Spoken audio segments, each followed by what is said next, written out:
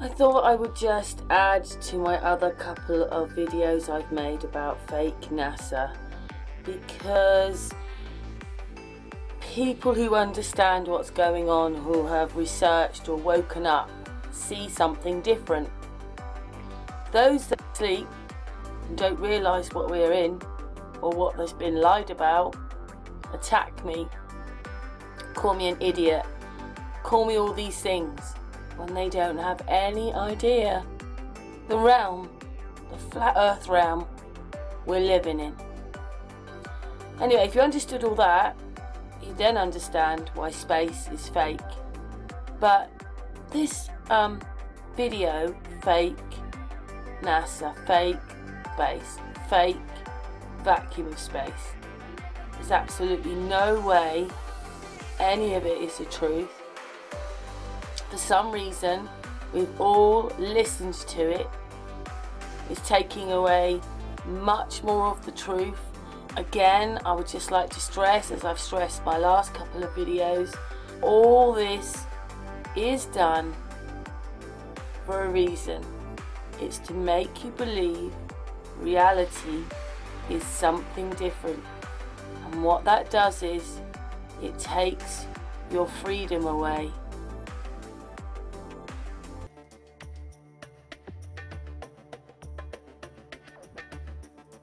You're listening to the Hour of the Time. I'm William Cooper.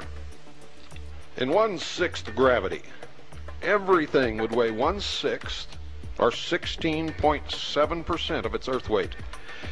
In other words, a 180-pound man would weigh a mere 30 pounds. Think about this, ladies and gentlemen, because I'm going to strip away some of the bullshit that NASA's been shoving down your throats for years.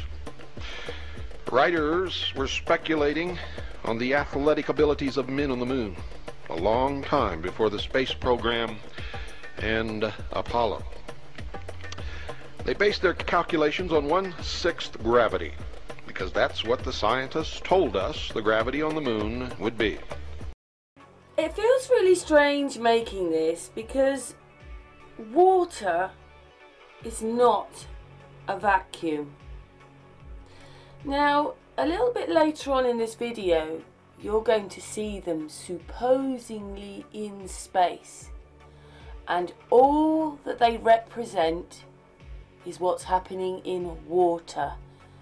Because in a moment, I'm going to show you astronauts in their suits in a vacuum.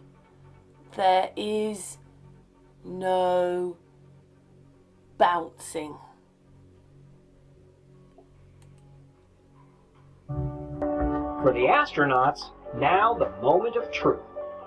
A crane lifts them into the pool wearing 300 pounds of spacesuit apiece. Underwater, the safety divers meet them and carefully remove them from the platform. Each astronaut is carefully weighted to be precisely neutrally buoyant. Hey, they don't call it the neutral buoyancy lab for nothing. Once weighted properly, the astronauts hover in the water as if floating in the weightlessness of space. Since fins don't work in space, my next bit of video is going to show you some astronauts in a vacuum. They don't act anything like in water. They don't bounce up and down and start floating around. In a vacuum, there is nothing to float in. The astronauts don't get to wear them here. They must be moved from task to task by the divers.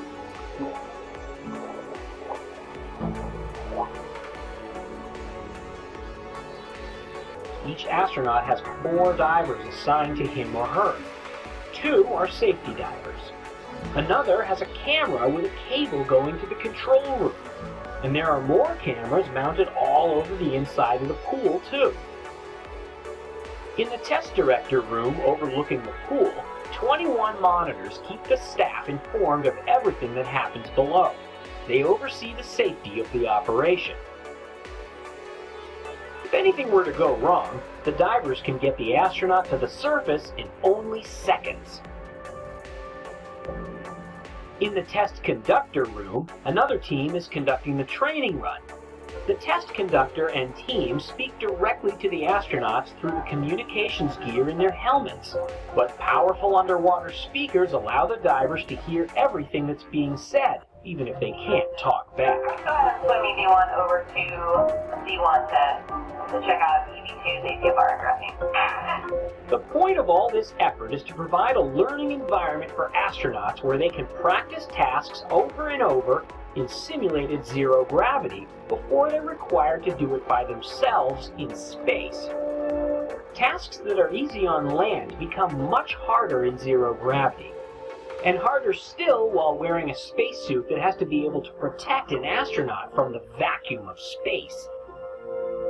A spacesuit is designed to have more pressure on the inside than on the outside, since it's effectively inflated like a balloon in space. Here in the NBL, that pressure is backwards. Water is definitely not a vacuum.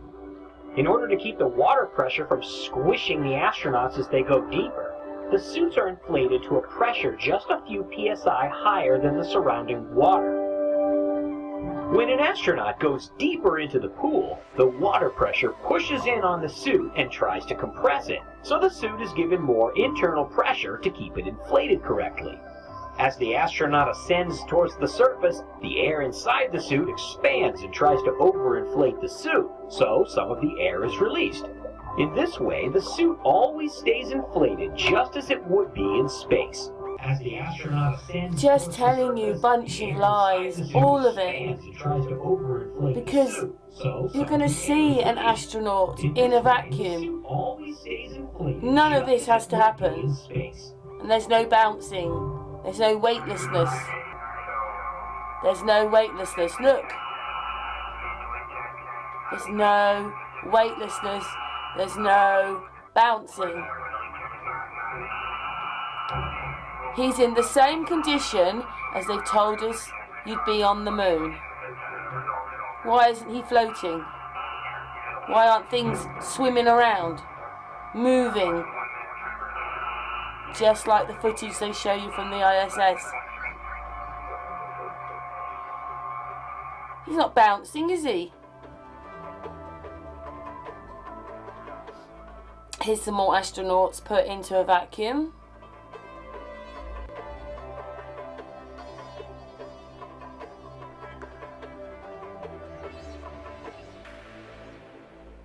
Somebody's lying, aren't they? Just lie upon lie upon lie upon lie. Yet again, they're in a vacuum, so the vacuum of space. They're not moving, bouncing, floating. It's all a lie. This is a swimming pool. Please wake up. And the public was anticipating some of these spectacular athletic feats when astronauts explored the moon. You remember seeing any? None were ever performed, ladies and gentlemen. There just weren't any. And you say, well, they were weighted down with these big, giant, heavy suits. I got a bridge. You want to buy it? You may remember the televised pictures of astronauts moving around on the moon's surface. If so, we challenge you to recall any extraordinary feats at all. Because in all actuality, ladies and gentlemen, there were absolutely none. Zero. Zilch. Zip. Nothing. In the November 1967 issue of Science Digest, an article appeared by James R. Barrie entitled, How to Walk on the Moon. In it, Mr. Barrie predicted that men would be able to make 14-foot slow-motion leaps, perform backflips, and other gymnastics just like professionals, and be able to easily move up ladders and poles with their arms, not even having to use their feet. Another prediction was given in 1969 by the writers of U.S. News and World Report in an article entitled U.S. on the Moon. Look it up. And they said, With gravity on the moon only 1/6 as strong as it is on Earth, a home run hitter in a lunar baseball game could drive a ball well over half a mile. A golfer's drive from the tee would sail clear over the horizon, out of sight. You wouldn't be able to see where it landed, even if you wanted to. See, the height an object will rise in a gravitational field, ladies and gentlemen, depends upon its initial velocity. And if an object had the same initial velocity in 1/6 gravity as it had on Earth, it would rise 6 times as high. NASA's figures say that when you go into space, a person that weighs, say, 160 pounds will only weigh a sixth or a much less of their weight, okay? So it would mean that, yeah, just watch this bit, because this is what I was watching. He'd bounce well up. They're just lying. And again, thanks a lot. Okay, Neil, we can see you coming down the ladder now. I'm at the foot of the ladder. The limb footbeds are only... You got a bunch of guys about to turn blue. We're breathing again. Thanks a lot. Okay, Neil, we can see you coming down the ladder now.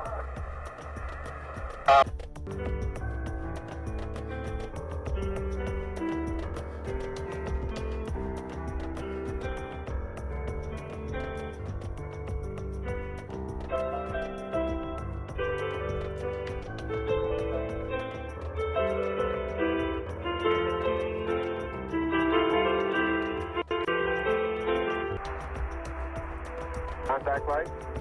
Tranquility Base here. The Eagle has landed. That's one small step for man, one giant leap for mankind.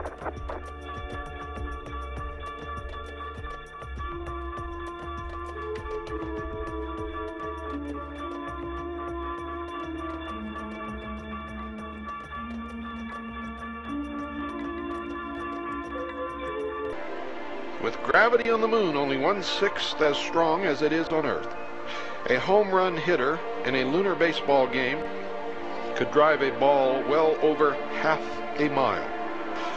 A golfer's drive from the tee would sail clear over the horizon, out of sight. You wouldn't be able to see where it landed, even if you wanted to. See, the height an object will rise in a gravitational field, ladies and gentlemen, depends upon its initial velocity. And if an object had the same initial velocity in 1/6 gravity as it had on Earth, it would rise 6 times as high. If the initial velocity of the object were doubled over its Earth velocity, it would rise 24 times as high, and if tripled, it would rise 54 times the Earth height. Imagine the golf tournaments in such an atmosphere. A man jumps vertically by bending his knees and then flexing his thigh muscles to full extension. Try it yourself, right where you are. Get the feel of this so you'll know exactly what we're talking about. You see, when he does this, it propels him off the ground with a given initial velocity that can be measured. And if an astronaut were to jump vertically in 1/6 gravity with the very same effort expended on Earth, the initial velocity would be greater than on Earth. Therefore, the astronaut would go more than 6 times higher. And we haven't even gotten to these suits yet, so don't get ahead of me. We're going to cover that, folks, using NASA's own figures. You see, for the purposes of this broadcast, a conservative approach is taken, and I always do that with anything that we talk about, simply because I know that the wolves are out there ready to jump. We take a conservative approach in determining the relative jumping ability of astronauts in 1/6 gravity versus Earth gravity. A complicating factor, folks, is the alleged weight of the spacesuits and backpacks worn by the astronauts. Now here's where the fun begins. You see, NASA claimed it's their own figures. I didn't make this up, and you can check yourself. NASA claimed that the gear weighed 185 pounds. Let me repeat that so that there's no misinterpretation. 185 pounds. Now this is a terribly oppressive weight to carry on the Earth. But folks, it would be no problem whatsoever in 1/6 gravity. That is assuming that astronauts weighed 185 pounds and their gear weighed the same.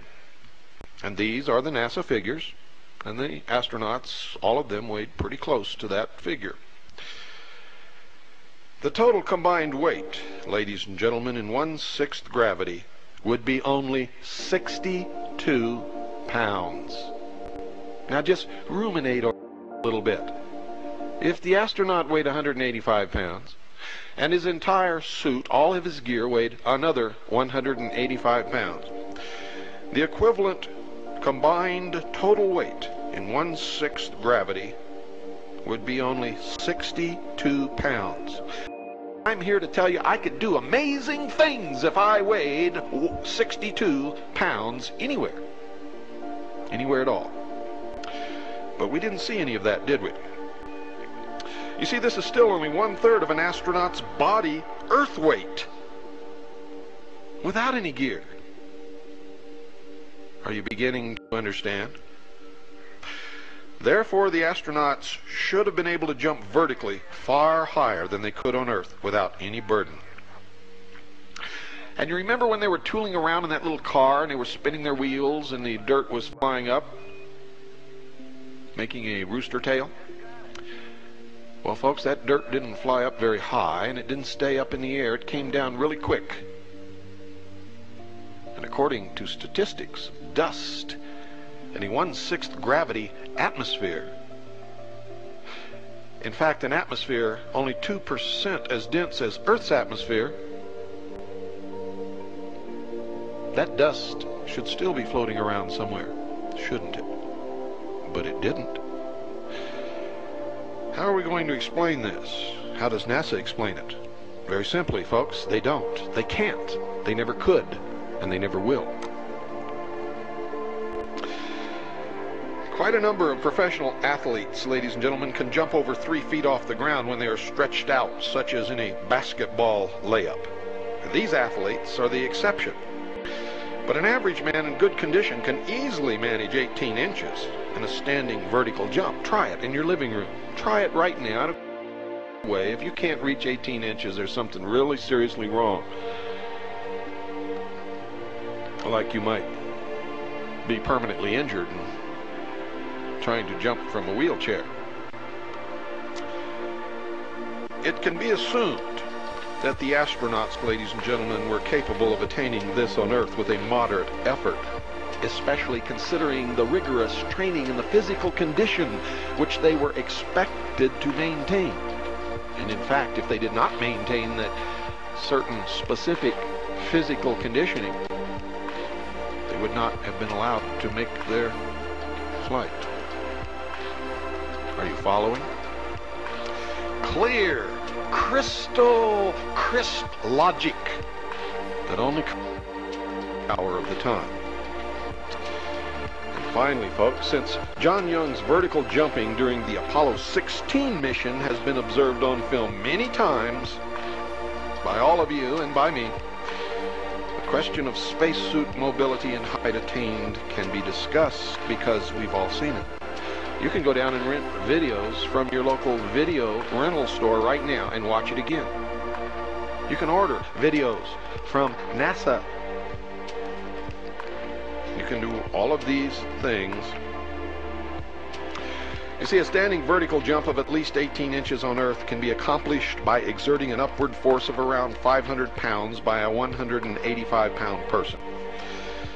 An equation can be derived which gives the relative heights attained by an astronaut in 1/6 gravity carrying a burden equal to his weight, and the same astronaut on Earth without a burden.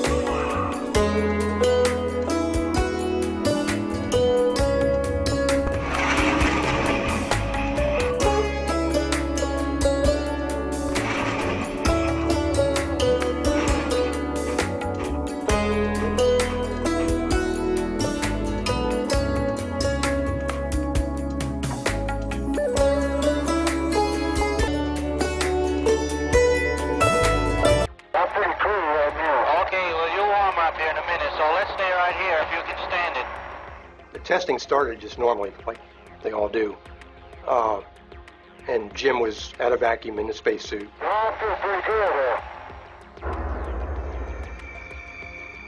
With all the air sucked out, all that protected him was his pressurized suit. Then something happened. I heard over the headset that he was losing suit pressure. The tube pressurizing his suit had become disconnected. He was in serious danger. There really wasn't any feeling. It was just happening so fast, you know, trying to get the chamber back to a safe pressure and Jim to a safe pressure was inside the suit. As I stumbled backwards, I could feel the saliva on my tongue starting to bubble just before I went unconscious. And that's kind of the last thing I remember. Essentially, he had no pressure on the outside of his body, and that's a very unusual case to get, and there's very little in the medical literature as to what happens when you have that. There's a lot of conjecture, you know, that your fluids will boil. Within 25 seconds, a co-worker sitting in a partially pressurized antechamber and wearing an oxygen mask was able to dash in. At the normal rate of repressurization, it would have taken 30 minutes to make the chamber safe. Hess repressurized it in just over a minute. That's much, much faster than you would ever come down in an airplane. It would really hurt your ears if you did that. Finally, it was safe to let a doctor in. Miraculously, LeBlanc had already regained consciousness.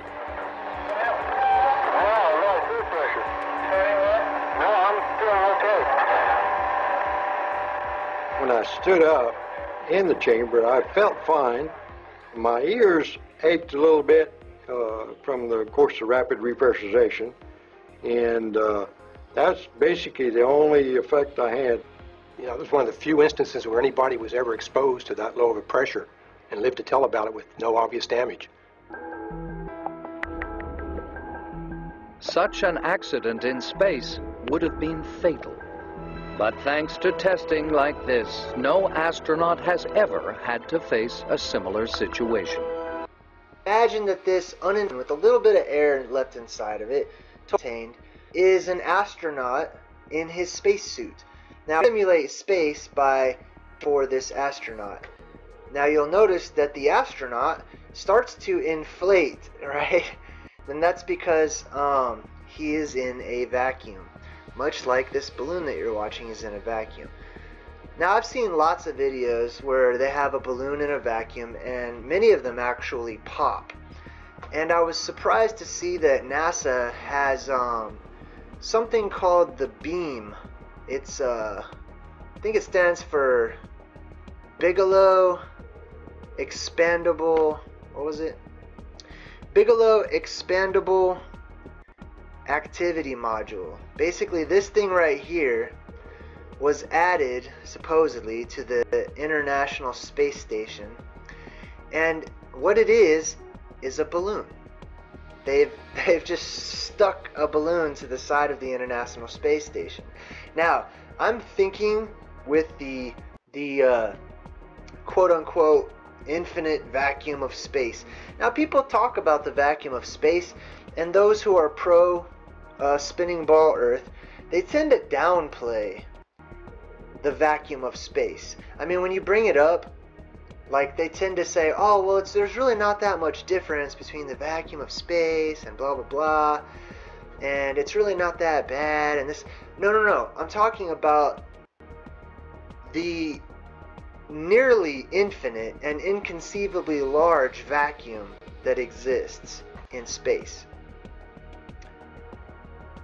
And so you're going to put a balloon, right, this thing right here, on the side of the ISS and tell me that it's not going to explode, and that all the astronauts that come out of this little hatch over here are not going to explode. Well, I mean, if they pressurize their little air module, what is it called, the air hatch or whatever, if they pressurize it, meaning make it equal or close to the infinite vacuum of space, I would expect the astronaut to blow up so large he couldn't even get out of the ISS. So these are pictures that they show us of, you know, what astronauts in space look like. Now, I'm not saying this is an astronaut in space, because it does not look like an astronaut in space at all. These pictures look so fake to me. I mean, there's a million videos on YouTube talking about and exposing NASA to the fullest, most convincingly. I mean, it's beyond the shadow of a doubt. But this is clearly done in some sort of studio. But this is what they want you to think it looks like. You know, look at the spacesuit. It's not even totally inflated as I would expect it to be, like the balloon was. And here's some pictures of them not even in space, and look how marshmallowy the suit looks. You know, it sort of takes on an inflated look, even though clearly they're not in space. It's just designed to sort of look inflated. Anyways, yeah, I'm not convinced. I'm just not convinced. The infinite vacuum of space, some people have told me, well, it's not infinite, you know? It doesn't matter. It's, in comparison, it is infinitely larger than our tiny little make-believe spinning ball, alright, that's flying through this vacuum. In my opinion, the vacuum should be amazingly strong. It's so much larger than the tiny ball that has this imaginary thing called gravity that's keeping the atmosphere from just being sucked out into this immense vacuum of space. I'm not buying it. This guy should be inflated and then popped out there in the infinite vacuum of space. Anyways, that's my video, everybody. Let me know what your thoughts are and what you think. And thanks for watching.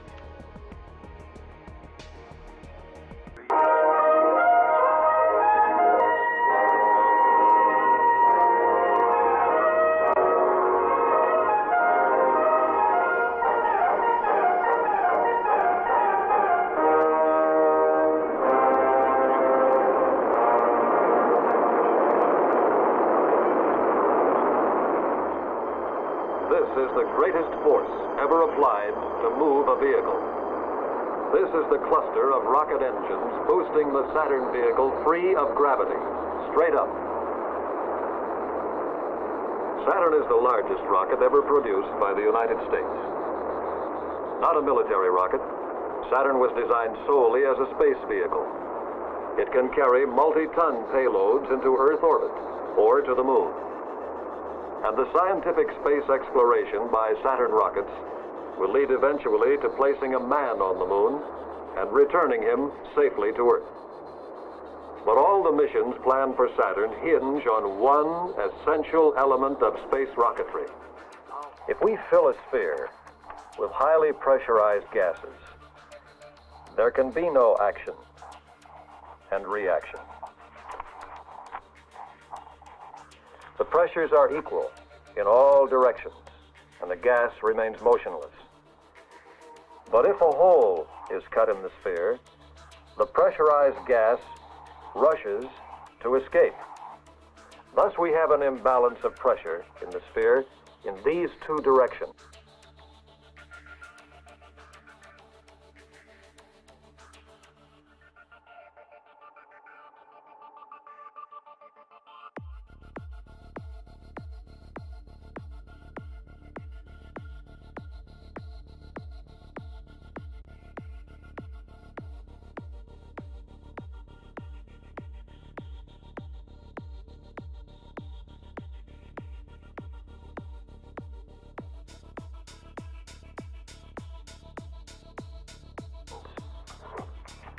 Similarly, if we fill a balloon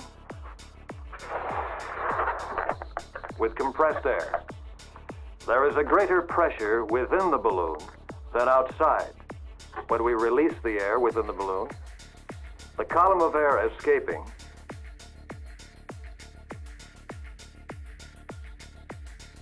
sets up a momentum going in one direction, and the reaction in the other direction, acting as pressure on the interior of the balloon, propels our little rocket.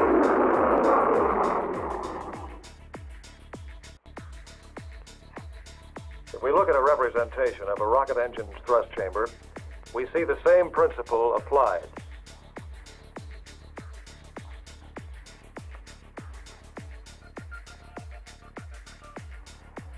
Through combustion in the thrust chamber, great amounts of energy are released.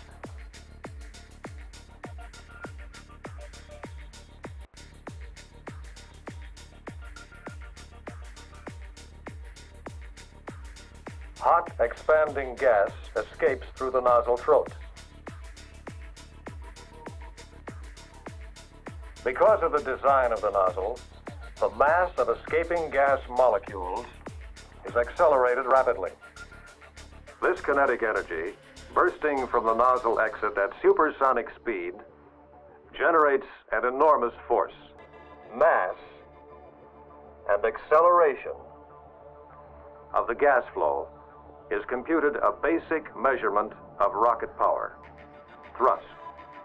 The reaction to this thrust is expressed in pressure against the top of the chamber, here. Against the sides, here, and against the interior walls of the nozzle, here. Forcing the thrust chamber, and with it, the entire body of the rocket upward. Oh, and one other thing. Many people in the past thought that the rocket required a solid body of atmosphere to push against in order to move. Incorrect.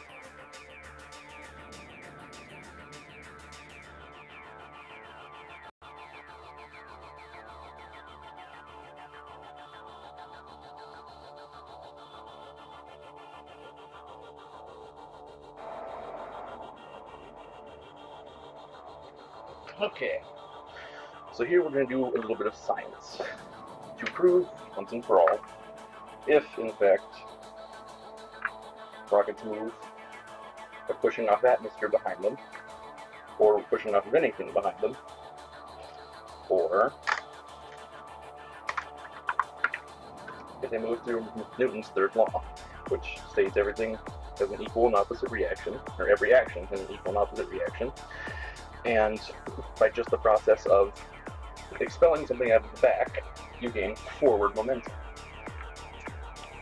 So, we'll add our weights to the cart, and we'll redo our experiments to make sure it can move under its own weight.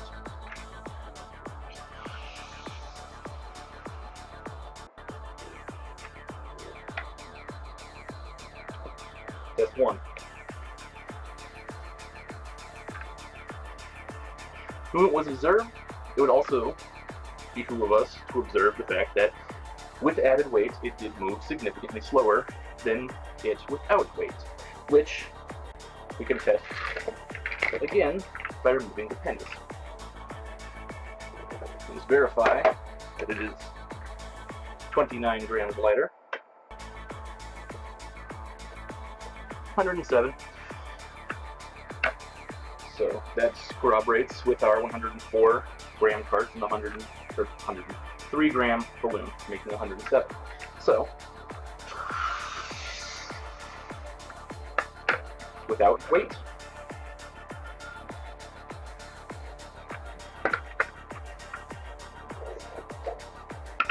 with weight.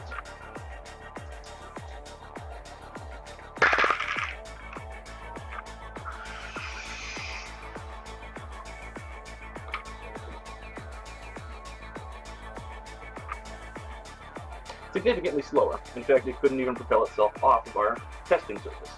So, that was 2 tests with the weight, so let us test again for 3.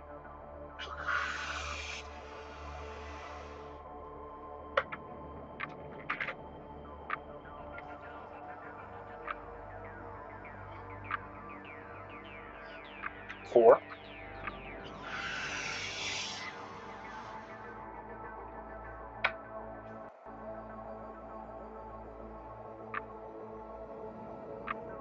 And finally 5.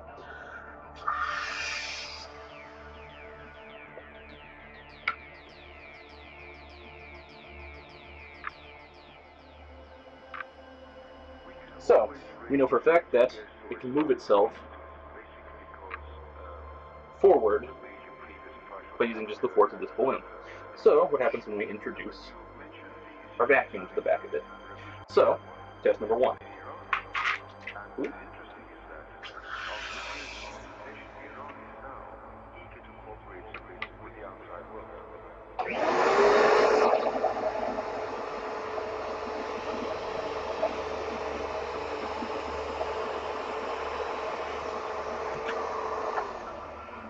Movement was still observed.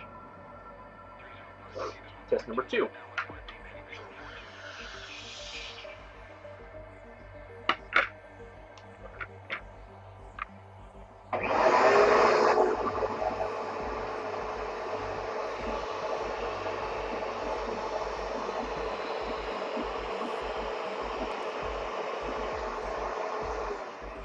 Movement was still observed.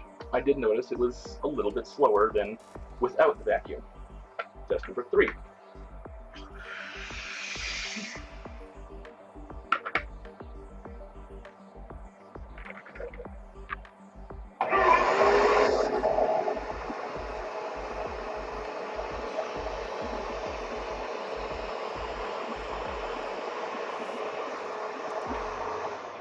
Movement was still observed.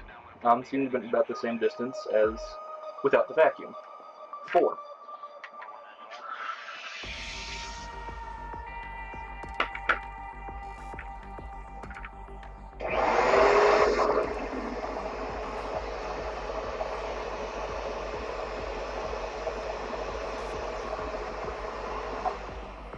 No movement observed. 5.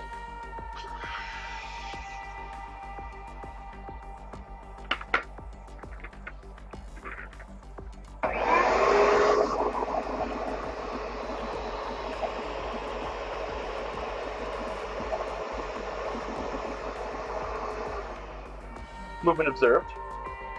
And since we had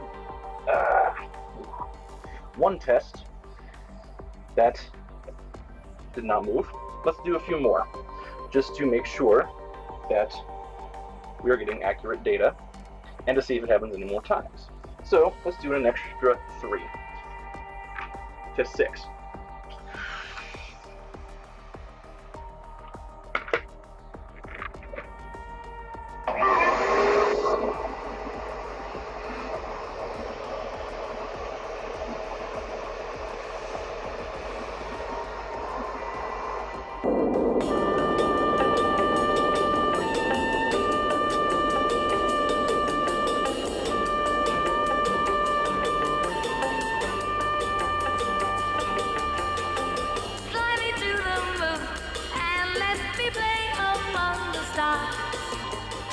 Let me know what spring is like on Jupiter and Mars. In other words, hold my hand. In other words, darling, kiss me. Fill my heart with song and let me sing forevermore. You are all I long for, all I worship and adore. In other words, please be true. In other words, I love you. Look at this footage. Prior to going out, I thought, what do you say to 194 million people when you're looking down at them from... Look how the globe looks. Look at the shape of the globe. Flashed through my head as I got out. I had thought about it before. Why is Me, said, this happening in zero gravity? And I honestly look at the shape. Look what happens. And the solution became very obvious to me as I stepped out. I said, they don't want me to talk to them from up here. They want to hear what we're doing up here while we're actually going through the missions, and I was waiting for the go. It came a little earlier than I had expected. I was expecting it to get it over Guaymas. I thought maybe I'd lost track of time out there, that it was going to be looked.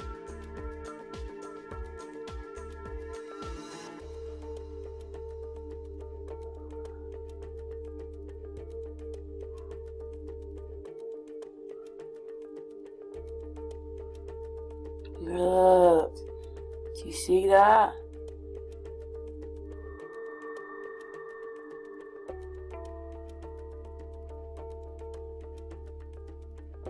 Don't even know what you're looking at. Do you see that?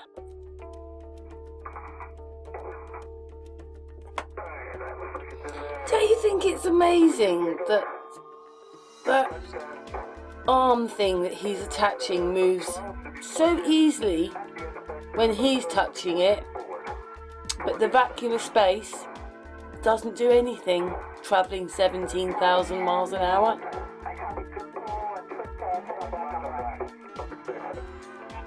I just wish everybody would really wake up and realise that those men are in water. Do you really think that they would have it like this? A loose wire on the outside of the space station like that?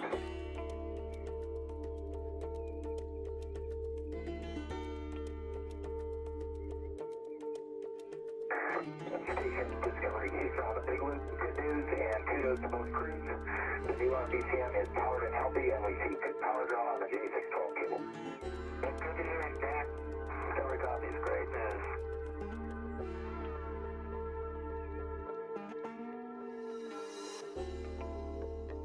Steve Bowen there getting the view of a lifetime down at the Earth below the entire international. Yeah, he's not frightened at all.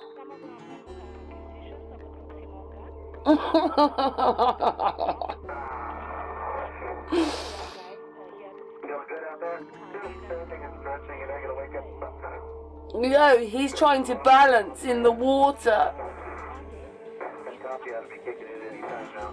in case he falls over.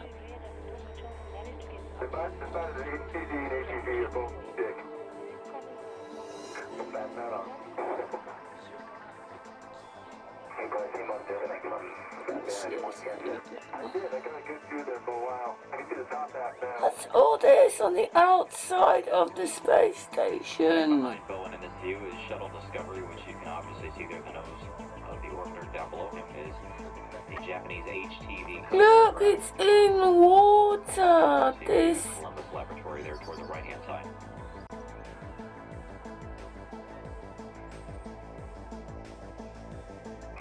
This is a joke.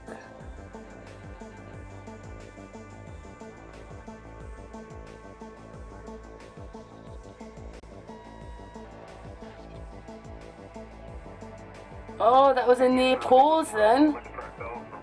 Record it.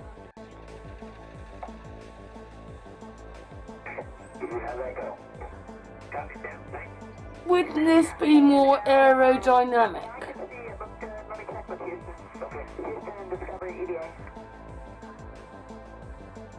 Water, in water.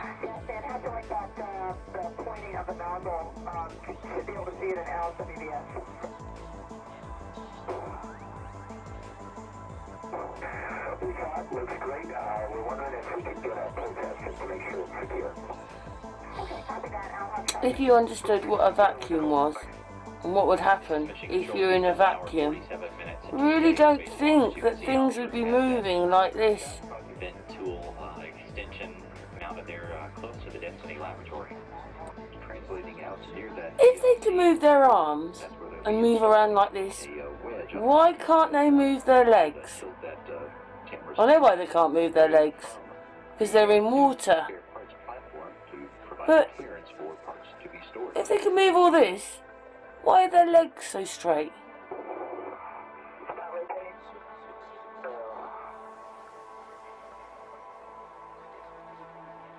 Yeah, you're going to want it in that, I'm sure you know, in that 90 degree. Yeah, 92 WBS certificate is unlocked. Yeah. You can see how easily all these bits move on them, so why can't they move their legs?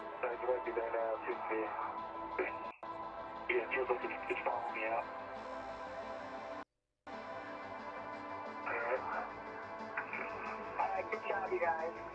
Should we only need 3 units on there?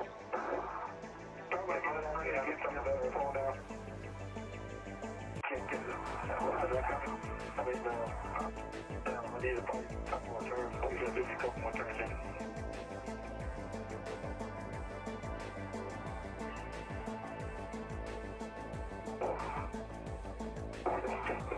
If this can move around this easily, why can't they move their legs?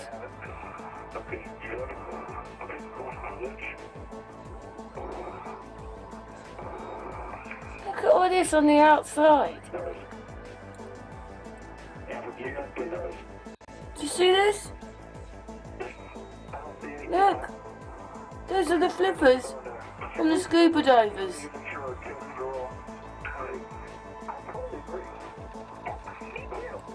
Driving the bolt to reinstall the stanchion on top of that wedge.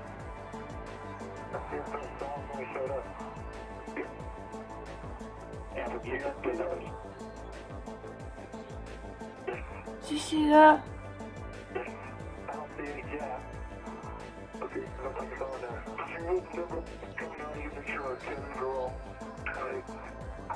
Driving the bolt to reinstall the stanchion on top of that wedge.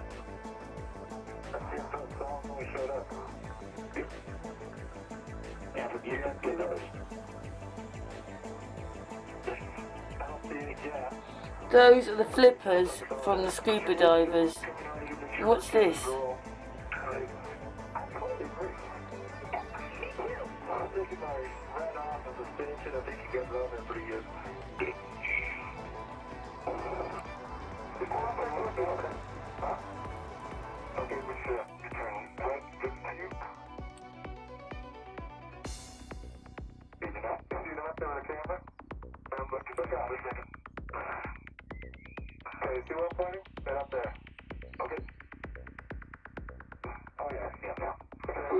Look at how you moved that!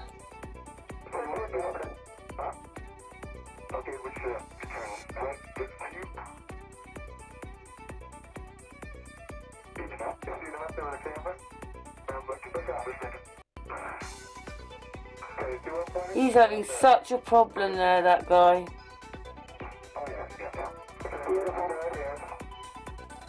What don't you see?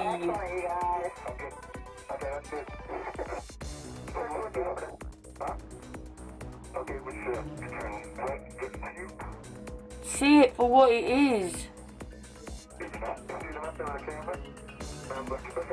Fake.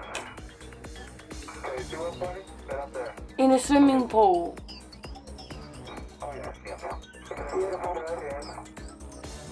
Listen. Well, with our second spacewalk, the primary task was replacing the gyroscope that was Gyroscope? the International Space Station.